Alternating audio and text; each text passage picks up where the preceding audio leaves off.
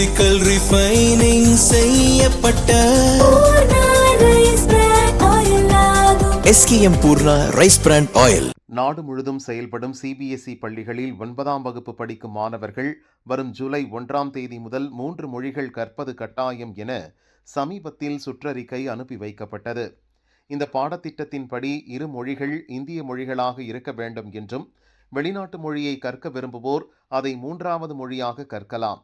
3வது மொழிக்கு 10ஆம் வகுப்பு பொதுத் தேர்வு நடத்தப்படாது எனவும் அறிவிக்கப்பட்டது. மத்திய இடைநிலை கல்வி வாரியத்தின் இந்த திடீர் நடவடிக்கைக்கு பல்வேறு தரப்பினரும் கடும் கண்டனம் தெரிவித்தனர். தமிழகம் உள்ளிட்ட சில மாநிலங்கள் ஏற்கனவே மும்மொழி கொள்கையை எதிர்த்து வரும் நிலையில் வரும் கல்வியாண்டு முதலே அதை கட்டாயப்படுத்தும் நடவடிக்கைக்கு கண்டனங்கள் எழுந்தன.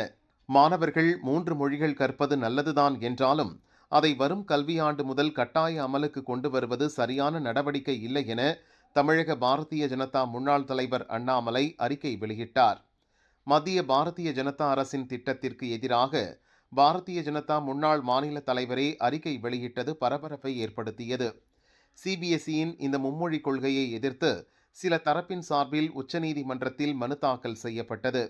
சுப்ரீம் கோர்ட் தலைமை நீதிபதி சூரியகாந்த் தலைமையிலான அமர்வு நேற்று இந்த மனுவை விசாரணைக்கு ஏற்றது. இதுகுறித்து பதில் மனு தாக்கல் செய்ய மத்திய அரசு CBSE மற்றும் NCERTக்கு சுப்ரீம் கோர்ட் உத்தரவிட்டது. இந்த புதிய கொள்கையை செயல்படுத்துவதற்காக CBSEயின் உள்கட்டமைப்பு மற்றும் தயார்நிலை குறித்து விரிவான அறிக்கை தாக்கல் செய்யும்படி மத்திய அரசின் கூடுதல் சொலிசிட்டர் ஜெனரலுக்கு சுப்ரீம் கோர்ட் உத்தரவிட்டது. தொடர்ந்து இந்த வழக்கு விசாரணை ஜூலை 2வது வாரத்திற்கு ஒத்திவைக்கப்பட்டது.